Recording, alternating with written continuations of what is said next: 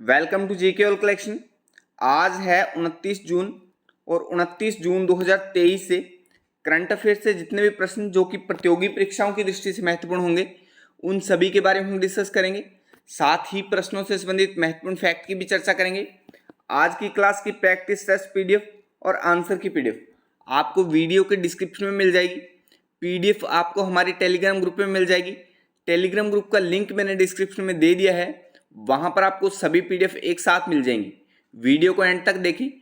Video के and में general science का एक क्वेश्चन मैं आपसे पूछूंगा, उसका आंसर आप कमेंट सेक्शन में दे सकते हैं।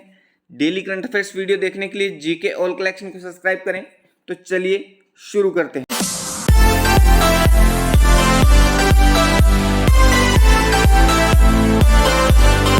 विश्व आर्थिक मंच द्वारा एनर्जी ट्रांजिशन इंडेक्स में भारत का स्थान क्या है? What is the rank of energy transition index bye economic form? तो इस सूची में भारत का स्थान है 67वां स्थान। ए ऑप्शन इसका सही हो जाएगा।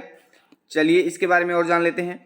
विश्व आर्थिक मंच ने हाल ही में एनर्जी ट्रांजिशन इंडेक्स जारी किया है। इस रैंकिंग में भारत 67वें स्थान पर है। इस सूची में शीर्ष पर स्वीडन है।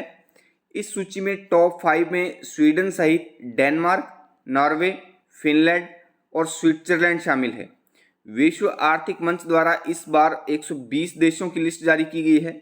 विश्व आर्थिक मंच एक अंतर्राष्ट्रीय गैर सरकारी संगठन है। तो इस प्रश्न से इतनी सी जानकारी आप ध्यान में रखिए। अच्छा, विश्व आर्थिक मंच के बारे में थोड़ा और जान लेते हैं। तो विश्व आर्थिक मंच का गठन जनवरी 1971 में हुआ। संस्थापक क्लॉस श्वाब हैं। प्रकार अंतर्राष्ट्रीय एनजीओ पैरवी संगठन है। उद्देश्य वैश्विक एजेंडा और निर्णय लेने को प्रभावित करना, सार्वजनिक निजी सहयोग की पैरवी करना। मुख्यालय कॉलोनी स्विट्जरलैंड में, सेवा क्षेत्र दुनिया भर में और राजभाषा अंग्रेजी है। तो विश्व आर्थिक मंच या वर्ल्ड इकोनॉमिक फोरम से इतनी सी जानकारी आप ध्यान में रखिए। नेक्स्ट है क्लैगनार पेन स्मारक किस राज्य में बनाया जाएगा? In which state will the Kalaignar pen memorial be build? तो क्लैगनार पेन स्मारक तमिलनाडु राज्य में बनाया जाएगा। ए ऑप्शन इसका सही हो जाएगा, तमिलनाडु। चलिए इसके बारे में और जान लेते हैं।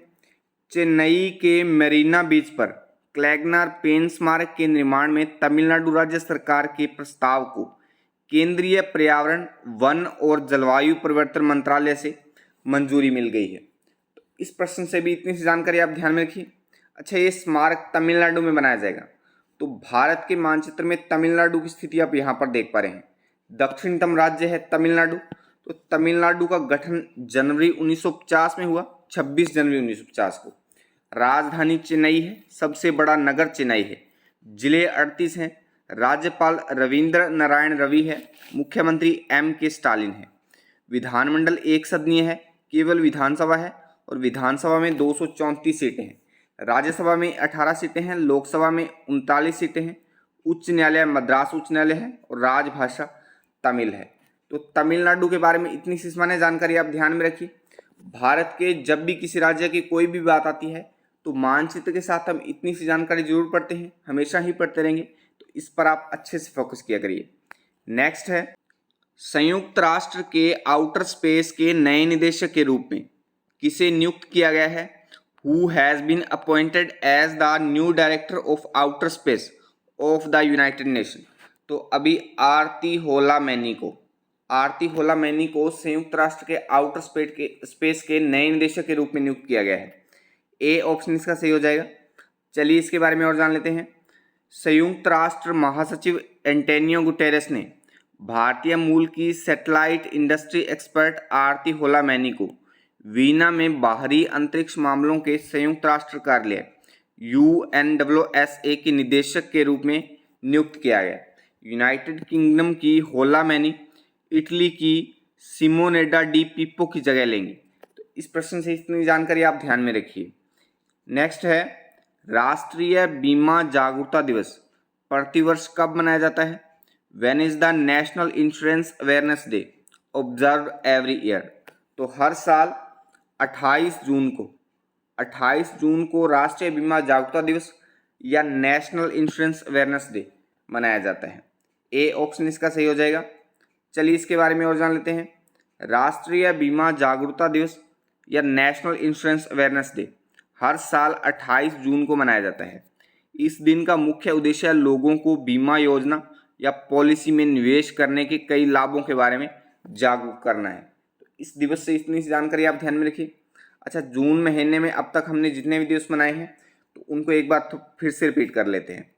1 जून को अंतर्राष्ट्रीय दुग्ध दिवस, 1 जून को ही वैश्विक माता पिता दिवस, 2 जून को तेलंगाना दिवस, 3 जून को विश्व साइकिल दिवस, 4 जून को आक्रामकता की शिकार बच्चों का अंतर्राष्ट्रीय दिवस, 5 जून को विश्व पर्यावरण दिवस, 5 जून को ही अवैध मछली पकड़ने के खिलाफ अंतर्राष्ट्रीय दिवस, 6 जून को रूसी भाषा दिवस, 7 जून को विश्व खाद्य सुरक्षा दिवस, 8 जून को विश्व महासागर दिवस, 9 जून को विश्व मान्यता दिवस, 10 जून को विश्व नेत्रदान दिवस, 11 जून को national making life beautiful day, 12 जून को विश्व बाल श्रम निषेध दिवस, 13 जून को अंतर्राष्ट्रीय रंगहीनता जागरूकता दिवस, 14 जून को विश्व रक्तदाता दिवस, 15 जून को वैश्विक पवन दिवस, 15 जून को ही बुजुर्ग दुर्व्यवहार जागरूकता दिवस, 16 जून को अंतर्राष्ट्रीय पारिवारिक प्रेषण दिवस, 17 जून को विश्व मरुस्थलीकरण और सूखा रोकथाम दिवस, वहीं 18 जून को विश्व पितृ दिवस या वर्ल्ड फादर्स डे, 19 जून को विश्व एथनिक दिवस, 20 जून को विश्व शरणार्थी दिवस या वर्ल्ड रिफ्यूजी डे, 21 जून को अंतर्राष्ट्रीय योग दिवस या वर्ल्ड योगा डे, 22 जून को विश्व वर्षावन दिवस, वर्ल्ड रेन फॉरेस्ट डे, 23 जून को अंतर्राष्ट्रीय ओलंपिक दिवस या इंटरनेशनल ओलंपिक डे, 24 जून को महारानी दुर्गावती बलिदान दिवस, वहीं 25 जून को अंतर्राष्ट्रीय नाविक दिवस या इंटरनेशनल सी फेरर डे, 26 जून को अंतर्राष्ट्रीय नशा निरोधक दिवस या इंटरनेशनल ड्रग अब्यूज डे, 27 जून को हेलन केलर दिवस, और आज हमने बात की है राष्ट्रीय बीमा जागरूकता दिवस, नेशनल इंश्योरेंस अवेयरनेस डे 28 जून। तो अब तक हमने इतने दिनों की बात की है, आज हमने एक बार फिर से सभी दिनों को रिपीट कर लिया है। अच्छा, अगर ये क्लास आपको हेल्पफुल लगती है, आप इससे कुछ सीख रहे हो, तो वीडियो को लाइक कमेंट करके शेयर जरूर कर दिया करो। आपके एक लाइक और कमेंट से मुझे मोटिवेशन मिलता है और मैं हर रोज़ एक नई एनर्जी के साथ आपके लिए अच्छा से अच्छा कंटेंट बना पाता हूँ।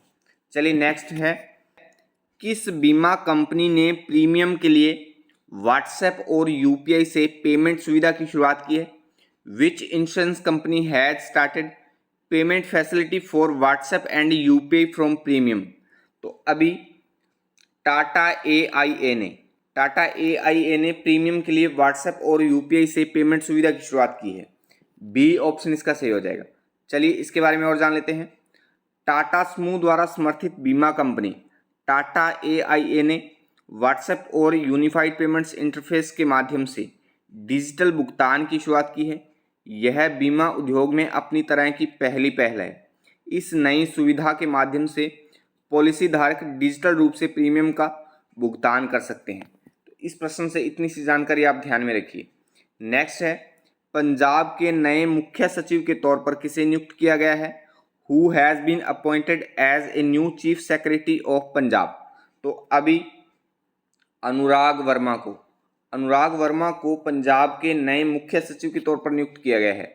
डी ऑप्शन इसका सही हो जाएगा। चलिए इसके बारे में और जान लेते हैं। पंजाब राज्य सरकार ने राज्य के मुख्य सचिव के तौर पर 1993 बैच के आईएएस अधिकारी अनुराग वर्मा को नियुक्त किया है। वह पंजाब राज्य के 42वें मुख्य सचिव होंगे। वर्तमान में वह गृह और न्याय विभाग के अतिरिक्त मुख्य सचिव के तौर पर कार्य कर रहे हैं। वह 1989 बैच के आईएएस अधिकारी विजय कुमार जंजुआ का स्थान लेंगे, जो 30 जून को रिटायर हो रहे हैं। तो इस प्रश्न से इतनी सी जानकारी आप ध्यान में रखिए। अच्छा, पंजाब की बात हमने की है, तो भारत के मानचित्र में यहाँ पर आप पंजाब की लोकेशन देख पा रहे हैं। पंजाब का गठन 1 नवंबर 1966 को हुआ। राजधानी चंडीगढ़ है। सबसे बड़ा शहर लुधियाना है। जिलों की संख्या 23 है। राज्यपाल बनवारी लाल पुरोहित है। मुख्यमंत्री भगवंत मान है आप पार्टी से। विधानसभा सीटें 117 है। राज्यसभा में 7 सीटें हैं और वही लोकसभा में 13 सीटें हैं। तो पंजाब के बारे में भी इतनी सी सामान्य जानकारी आप ध्यान में रखिए। नेक्स्ट है, ऑपरेशन कन्विक्शन किस राज्य ने शुरू किया है? Which state has started operation conviction? तो अभी उत्तर प्रदेश राज्य ने ऑपरेशन कन्विक्शन स्टार्ट किया है। डी ऑप्शन इसका सही हो जाएगा। चलिए इस ऑपरेशन के बारे में और जान लेते हैं। उत्तर प्रदेश पुलिस ने हाल ही में राज्य में अपराधियों और संगठित अपराध का मुकाबला करने के लिए ऑपरेशन कन्विक्शन नामक एक व्यापक कार्यक्रम शुरू किया है। इस कार्यक्रम का उद्देश्य दोष सिद्धि की प्रक्रिया में तेजी लाना है, विशेष रूप से बलात्कार, गोहत्या, धर्म परिवर्तन जैसे जघन्य अपराधों में कमी लाना। तो इस प्रश्न से भी इतनी सी जानकारी आप ध्यान में रखिए। अच्छा, उत्तर प्रदेश की बात हमने की है, तो भारत के मानचित्र में यहाँ पर आप उत्तर प्रदेश की लोकेशन देख पा रहे हैं। उत्तर प्रदेश को राज्य का दर्जा 26 जनवरी 1950 को मिला। राजधानी लखनऊ है। राज्यपाल आनंदीबेन पटेल हैं। मुख्यमंत्री योगी आदित्यनाथ हैं बीजेपी से। विधानमंडल द्विसदनीय है। विधान परिषद में 100 सीटें हैं, विधानसभा में 403 सीटें हैं, राज्यसभा में 31 सीटें हैं और वहीं लोकसभा में 80 सीटें हैं। तो उत्तर प्रदेश से भी इतनी सी जानकारी आप ध्यान में रखिए। नेक्स्ट है, हाल ही में राज्यसभा सांसद हरद्वार दुबे का निधन हो गया है। दुबे किस राज्य से राज्यसभा सांसद चुने गए थे? Recently Rajya Sabha MP Hardwar Dubey had passed away. Dubey was elected Rajya Sabha MP from which state? तो हरद्वार दुबे उत्तर प्रदेश से राज्यसभा सांसद चुने गए थे। बी ऑप्शन इसका सही हो जाएगा, उत्तर प्रदेश। इसके बारे में और जान लेते हैं। भारतीय जनता पार्टी के वरिष्ठ नेता और उत्तर प्रदेश से राज्यसभा सदस्य हरद्वार दुबे का हाल ही में निधन हो गया है। वह नवंबर 2020 में राज्यसभा के लिए चुने गए मौजूदा सांसद थे। दिवंगत दुबे 1990 के दशक के आगरा छावनी विधानसभा क्षेत्र के उत्तर प्रदेश विधानसभा सदस्य के रूप में चुने गए थे। इस प्रश्न से भी इतनी सी जानकारी आप ध्यान में रखिए। नेक्स्ट है, विश्व क्रिकेट में लगातार 100 टेस्ट खेलने वाले पहले गेंदबाज कौन बने हैं? Who has become the first bowler to play 100 consecutive test in world cricket? तो अभी नाथन लियोन, ऑस्ट्रेलिया के नाथन लियोन विश्व क्रिकेट में लगातार 100 टेस्ट खेलने वाले पहले गेंदबाज बने हैं। डी ऑप्शन इसका सही हो जाएगा। अच्छा, कल की वीडियो का चैलेंज क्वेश्चन था, मनुष्य में बुद्धि और चतुराई का केंद्र है, तो इसका सही आंसर था ऑप्शन सी, सेरिब्रम। सेरिब्रम मनुष्य में बुद्धि और चतुराई का केंद्र है। अच्छा, आज की वीडियो का चैलेंज क्वेश्चन है, मनुष्य में सूंघने की क्षमता को नियंत्रित करता है। तो इस प्रश्न का आंसर आप कमेंट बॉक्स में कमेंट करके जरूर बताएं। चलिए आज की वीडियो की एंडिंग करते हैं। Keep calm, have patience and keep moving forward से, अर्थात शांत रहो, संयम रखो और बढ़ते चलो। जय हिंद, जय भारत।